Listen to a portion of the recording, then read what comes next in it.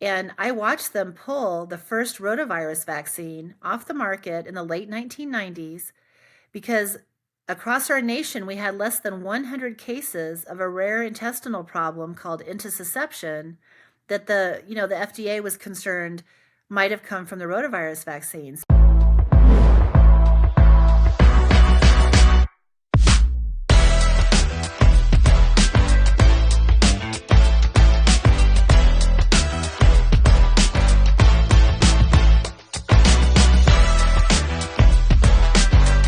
All right, hello. I am Rebecca Hardy, president of Texans for Vaccine Choice, and I'm so excited about my guest today. This is Dr. Reni Moon, and I am going to read a little bit about her so that y'all can get to know her as I have gotten to know her. Dr. Moon is a pediatrician with over 25 years of clinical experience. She trained at a top U.S. medical school, earning board certification in both general pediatrics and pediatric hospital medicine. Dr. Moon practiced in the state of Washington for over 17 years, primarily as a pediatric hospitalist at Sacred Hearts Children's Hospital in Spokane. She cared for the region's sickest children.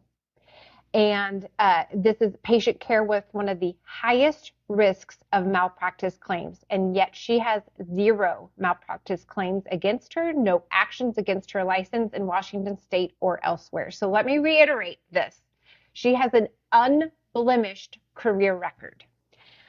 Before we start, Dr. Moon, is there anything you'd like to add about your background or your biography that I might have missed?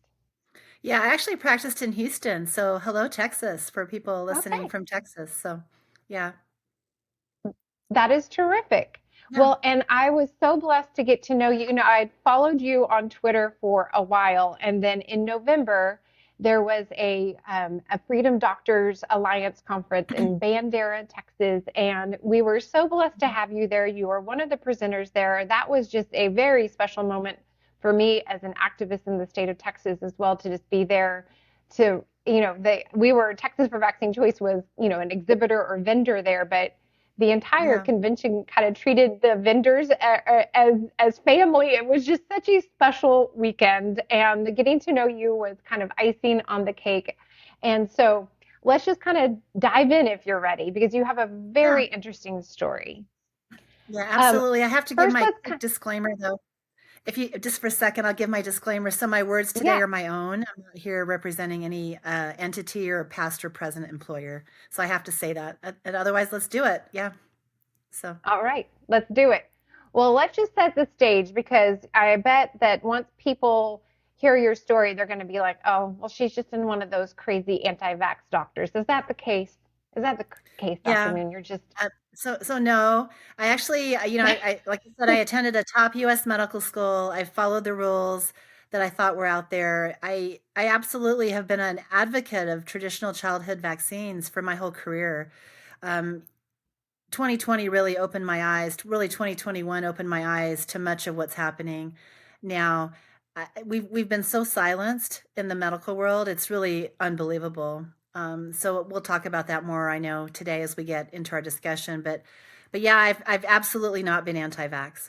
No. all right. So what prompted you to speak out about the COVID jabs, especially for the push on children to get them? Yeah, so as this rolled out, I could see that we saw the data. The kids really had a statistical zero risk of a fatality from COVID. Your child has a 99.997% and higher chance of surviving COVID just fine. And so it really began to concern me that this product was being pushed out into children. So I watched the hearings that were being held with regard to this from the Immunization Practices Committee and the FDA, and was really alarmed by what I was seeing. They really weren't asking the questions that needed to be asked, uh, and I was worried about the data. So I began to watch it really closely. I, for the record, have never ordered the COVID-19 shot knowingly for any of my patients. And I have to say knowingly because some of the healthcare systems will attach a physician's name to an order and you don't know about it. But I've never knowingly ordered the shot for a child. And the data was really clear from the beginning. This was a product that was highly concerning looking at the data. And then as it began to roll out and I began to see things happening in my community, I began to speak out. Well, and tell me about your experience testifying in DC and what was the hearing about? What did you say? Yeah. Just tell me about your experience. So, what compelled you to even go?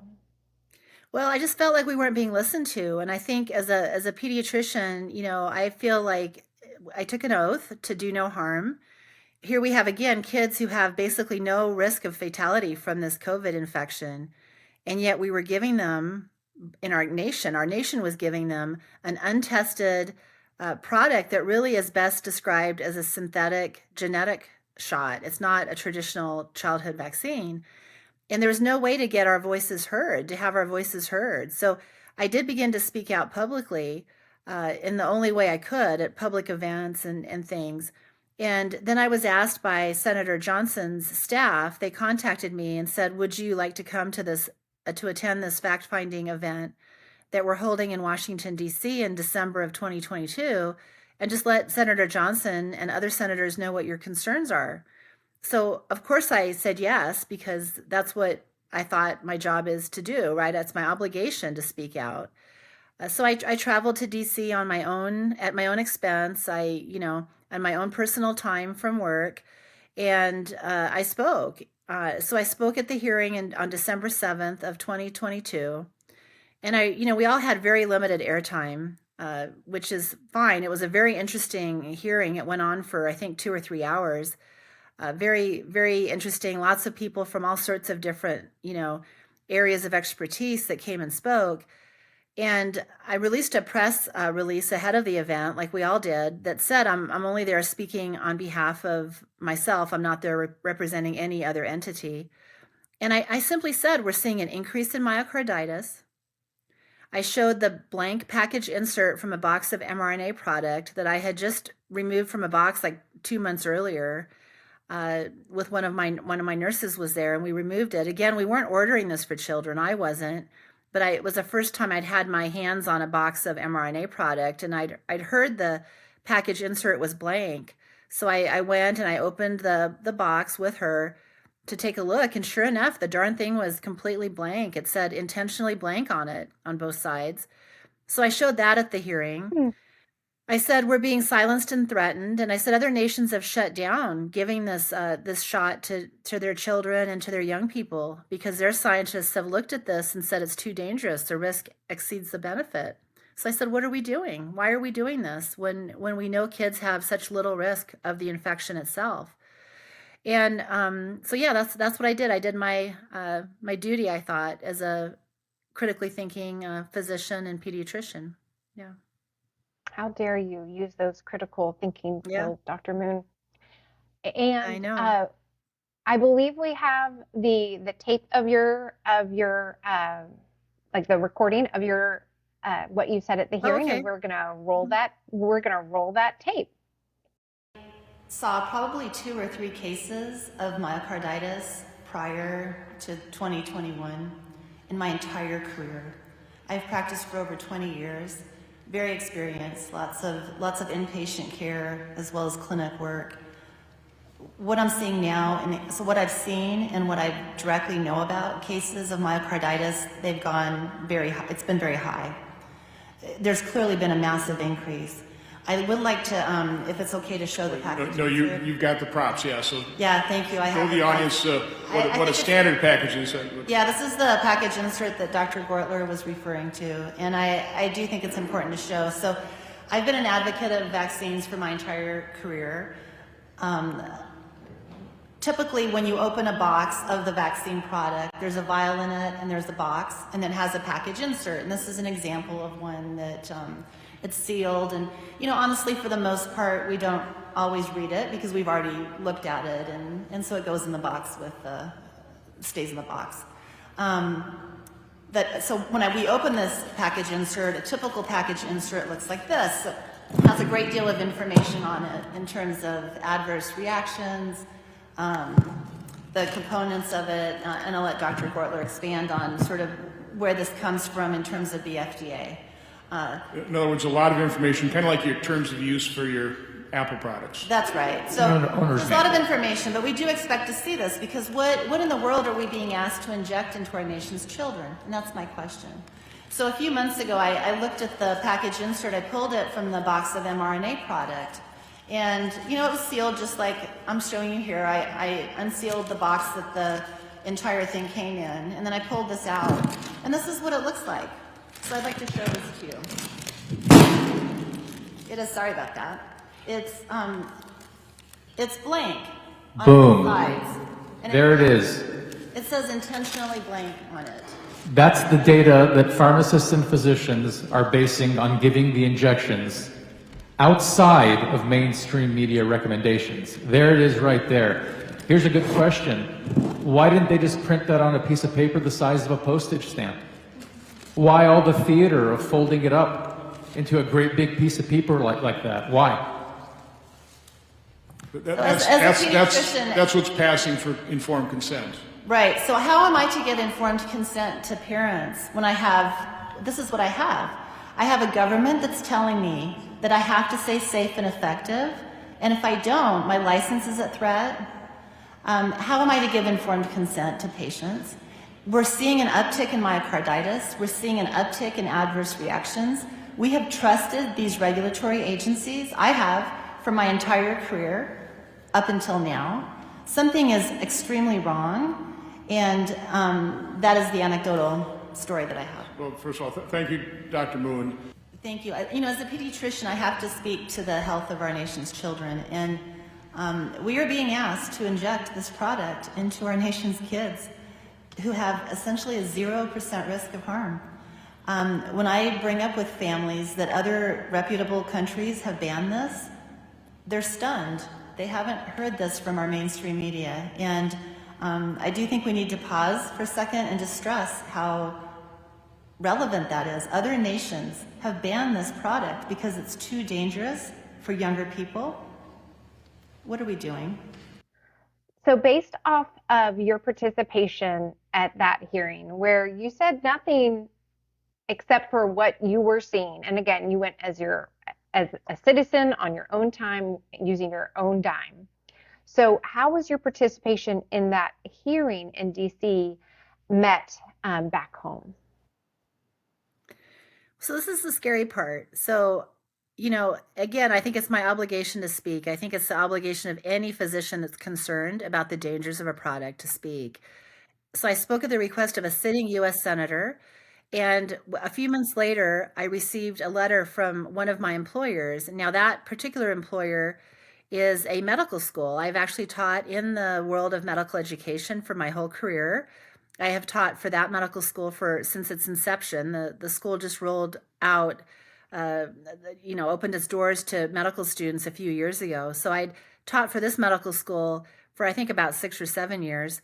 But I received a letter from them, and that letter is now public information. We'll tell you at the end of this how to find it and take a look at it. But basically, the letter was concerning because it said, it specifically cited my appearance at the Senator Johnson hearing. They clearly were not happy that I'd been there and that I'd spoken. And then they said it was their ethical obligation to report my words at that Senate hearing to the medical commission of my state because they alleged that I may have provided misinformation. And then they also said in the next sentence that I may no longer be suited to teach their medical students. And a few months later, they decided not to renew my annual faculty contract. So they effectively terminated my employment a few months later by not renewing my annual faculty contract just like a day or two before it was supposed to renew. I'd already met my new students and was ready to go for the new academic year, and that was the end of my job. So I lost my pension, I lost my job, I lost my health insurance, I lost my work because I spoke. Yeah. So what was your response? I can't even imagine. So there was, you lost employment and then was an investigation? Like they kind of alluded to a possible investigation. Did something come of that? Yeah, they said with the letter, before they terminated my employment by not renewing my contract, they did say they would investigate. And they did have somebody from the university, reached out to me from the medical school and wanted information. And so I sent them some documents to show, like, one of the allegations was that I hadn't taken official personal time off. And, I have plenty of documents to show all that. So I sent them those documents. There were letters. I had official time off. And not to mention that the event itself was held on a day where I don't even teach at the medical school. I never taught at the medical school on the day that the event was being held. So it was all that first part of the letter is all. So I showed them the documents that they wanted to see, but then I never heard anything back about any sort of conclusion to their investigation. It was just radio silent. And that was it. So there was no real communication other than the letter then terminating my employment. Yeah. Okay. And so, what's been your response to all of this? Well, and actually, there's one more step that I don't know if you're even aware of because it's just recently making the news. But so the chairman of the medical school, after they didn't renew my contract, so that chairman then wrote a letter to the medical commission. They actually followed through with their threat to report me to the medical commission of the state that I had practiced in, Washington State, again alleging potential misinformation at the Senator Johnson hearing. So they were basically requesting an investigation of me. The Washington Medical Commission, could have chosen to throw that out and say it was frivolous, but they actually decided to launch an investigation into my appearance at the Senator Johnson hearing, again, for what they're alleging to be potential unprofessional conduct, which is really interesting because I actually don't even have a license in the state of Washington anymore. I had practiced there for 19 years. But earlier in 2023, I had decided not to renew my annual state medical license because I felt that I could no longer ethically care for patients in that state. If you don't have free speech, how can you possibly provide ethical care to patients? So I had just voluntarily, under duress, though, given up my Washington medical license. And so they actually reported a physician, the chairman reported a physician who no longer had an active medical license. It's on the top of his letter. It was clear he knew that my license had expired. And the Washington Medical Commission is investigating a physician who no longer even has an active medical license in that state. And as you had mentioned earlier, I've never had any actions against any state medical license. I'd cared for children in that state for 19 years, 17 years of which were spent caring for hospitalized kids, and I'd never had any problem at all. So they're coming after someone in the most really ridiculous way. It's absolute weaponization of our regulatory agencies against free speech, and there really is no other way to take that. I think they're clearly coming after us for speaking. Yeah. And since then, you have moved out of state. Is that accurate? You're in Florida now? Yeah, I actually no longer like I said, I no longer practice in Washington State, and so I have moved, and I don't really disclose to people officially where my official residence is, but I'm around the country working and still seeing patients. This to me is just so alarming. It's not about just my free speech. It's really about the free speech of every single person in America. How can we have a nation like this where we've lost our free speech to this extent? The analogy I like to give is if you're getting on board an airplane and the pilot's standing right there and the pilot says, I'm not sure we should fly this plane. There's something funny with the engine and the landing gear's kind of wonky.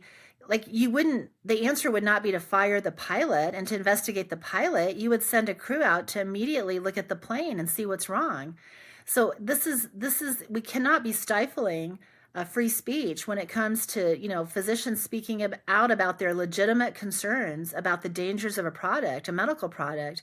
But yet here we are, and that's exactly what's happening right now. And I also think, we need to look and think about the person who reported me. This came from the chairman of a medical school. So I would ask the listener, what message does that send to medical students and to other faculty at medical schools and colleges and law schools all across our country? What message does this send about the ability of anyone to question anything and to engage in free speech. Yeah. Well, not beyond just free speech, healthy debate. I mean, isn't that the bedrock of Yeah. all, just scientific evolution is just getting able to debate it. I mean, if without healthy debate, surgeons would still not be washing their hands. I mean, it's just mind-blowing that this is not something that you were mistreating children or, causing child pediatric anything. You just simply spoke words at a hearing and had, were compelled to not even renew your license because you couldn't practice medicine under such hostile conditions. So I don't Yeah. know, that kind of healthy debate, the suppression of just free flow of thoughts, it's such a dangerous precedent.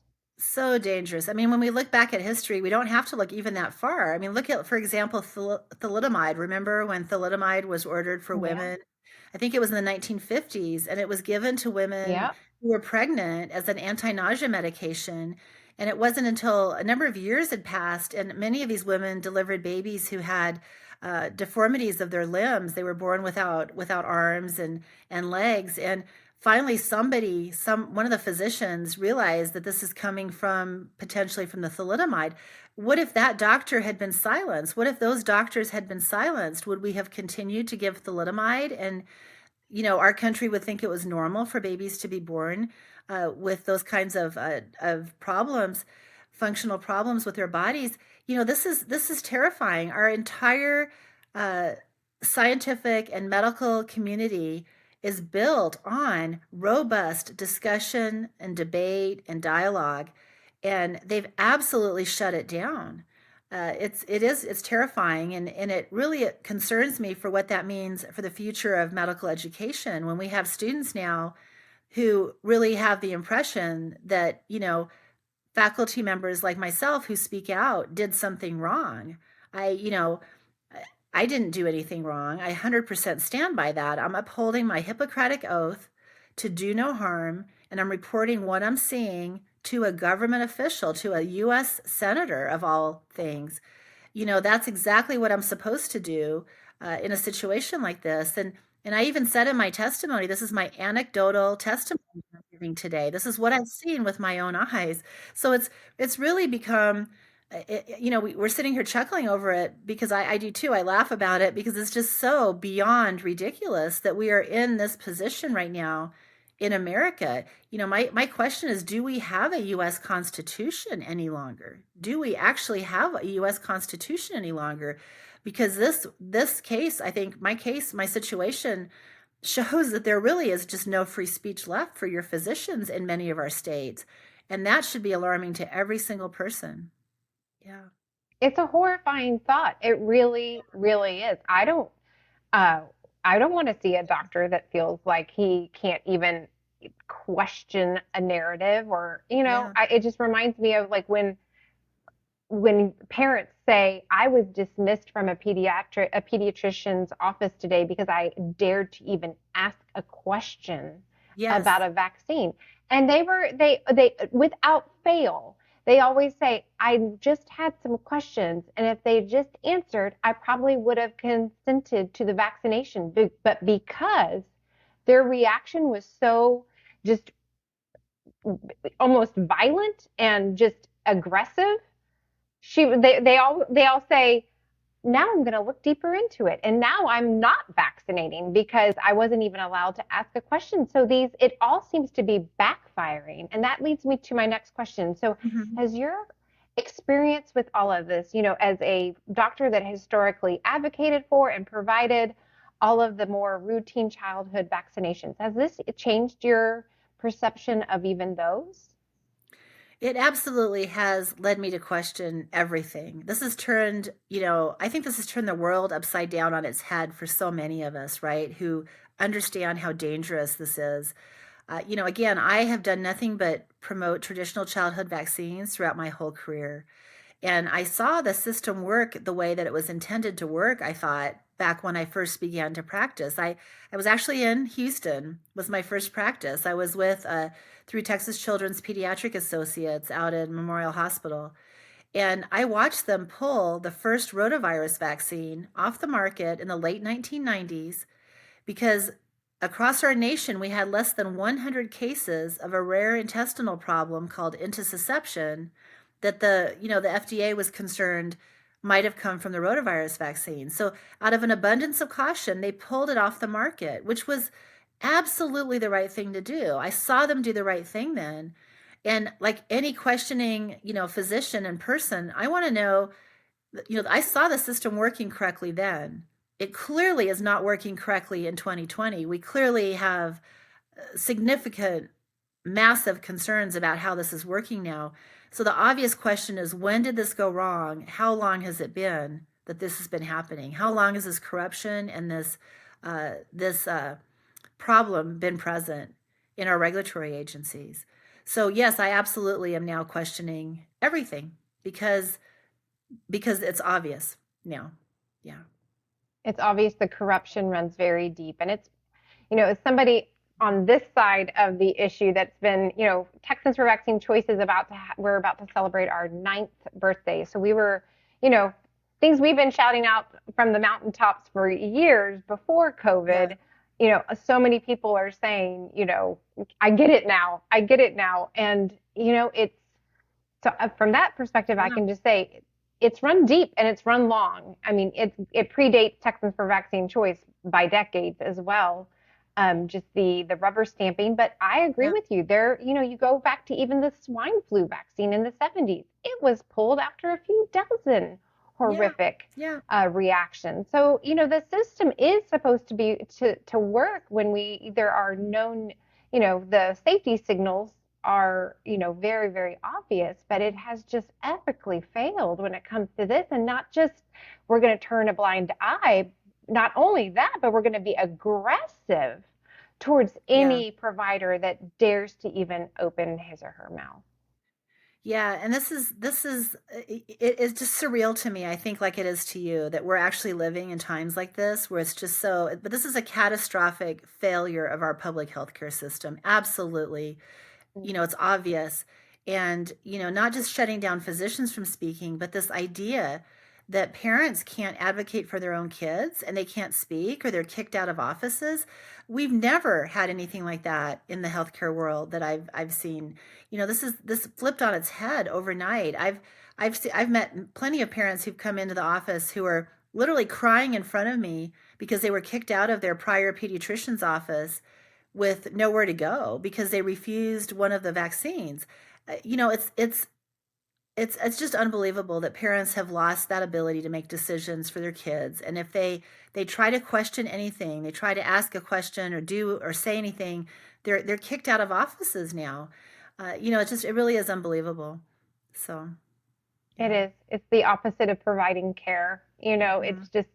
And let me ask you this. This inactive license in Washington State is being investigated. Does that have the potential to impact your current license and where you practice in the nation?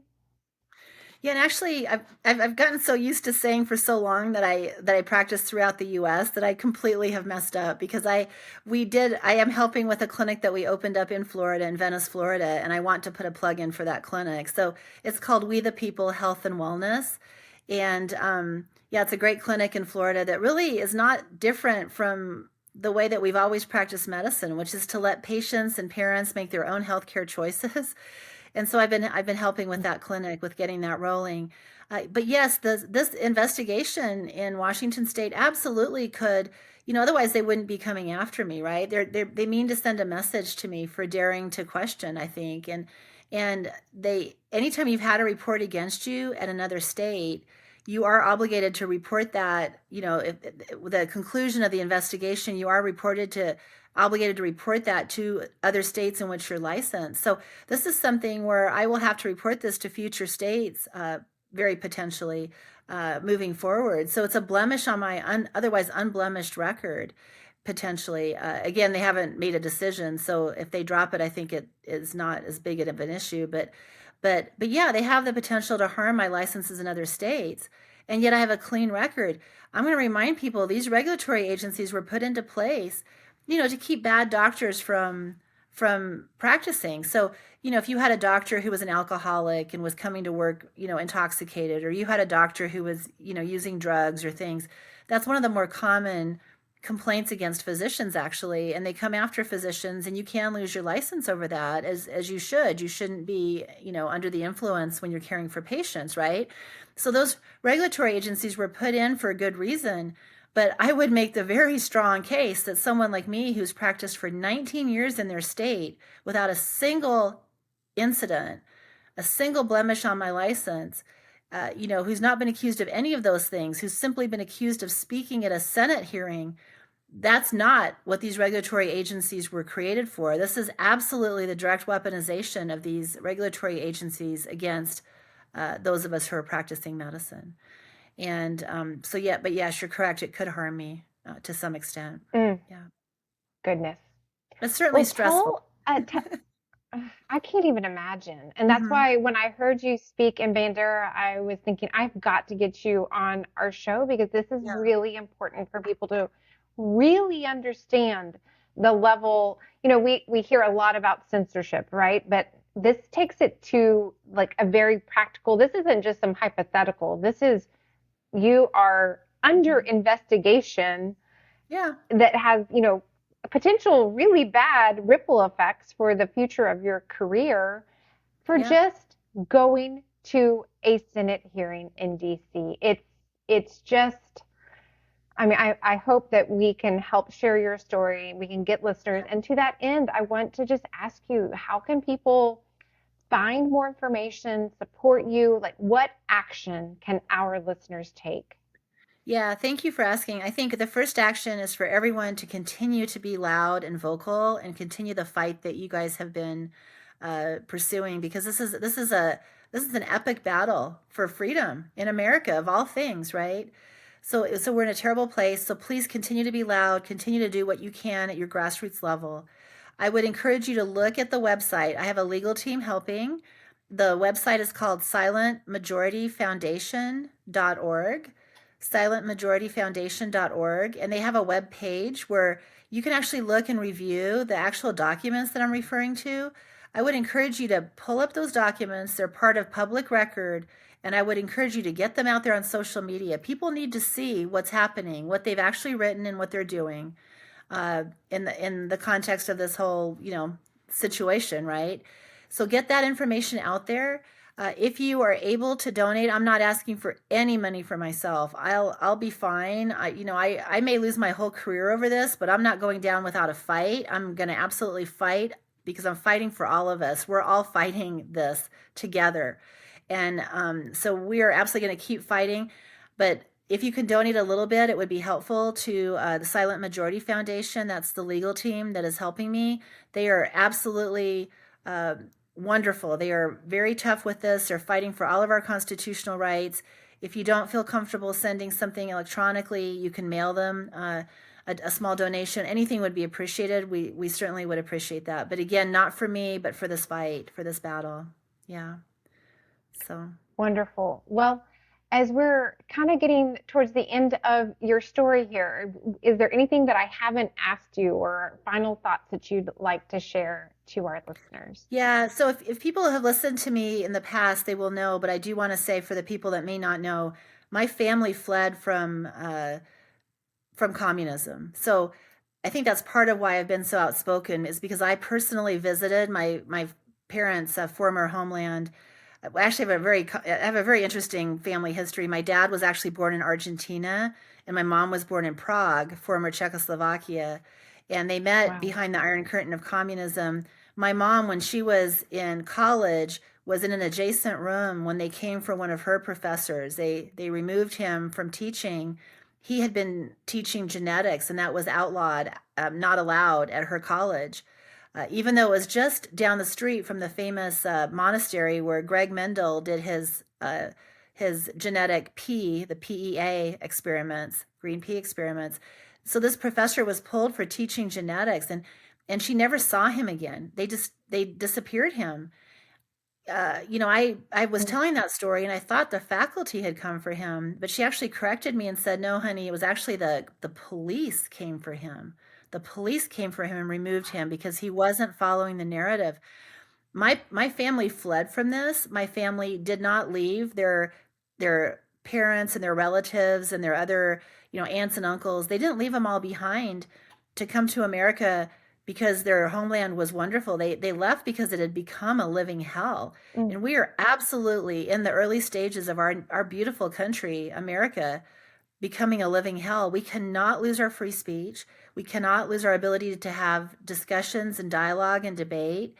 And this all stops when everybody says it stops, when everybody starts speaking out and being loud and not taking this, because we cannot tolerate this. So my final plea is to we have nowhere to go. My parents fled to America. We have nowhere to flee to. This is our country. These are our children, and we're holding our ground. Yeah. I agree. I mean, if there's nowhere for us to go. I like There's nowhere to go. Somebody, a politician I respect deeply once said, "The cavalry's not coming. Like, we are it," And so, We are the cavalry. We are. yeah, We are. we So are. And everybody sitting at home. Mhm. Yeah, for those sitting at home quietly and just thinking this is going to pass, this is getting worse and worse. And Washington State, unfortunately, is one of the worst places right now in the sense of loss of freedom. It's right up there with California. So, but this is coming to every single state if we allow it. We cannot allow this. And so everybody's sitting at home. If you're sitting there quietly and you don't know what to do, find somebody, engage locally, get into this, because this is not going to stop until we all make it stop. We have to make this stop. So, yeah.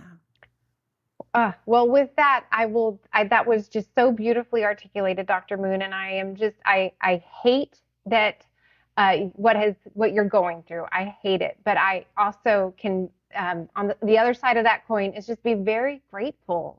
I'm so thankful for you, for standing up, for using your voice, but just being brave and really fighting for truth. So thank you so much for coming on. And it's just a blessing to know you. And on behalf of the entire team at Texans for Vaccine Choice, just know that you are in our prayers and we will continue to share your story. Thank you so much for having me on, and I really enjoyed meeting you. So at that dinner, I could see your energy. I can see this is a fabulous group. So thank you. Thank you. Thank you for listening to the Shot Callers podcast. Please, if you found value in this content, rate us and share the podcast with a friend. It's a great way to get the message out and to empower everyone to make informed decisions. Until next time, never forget, we are the Shot Callers.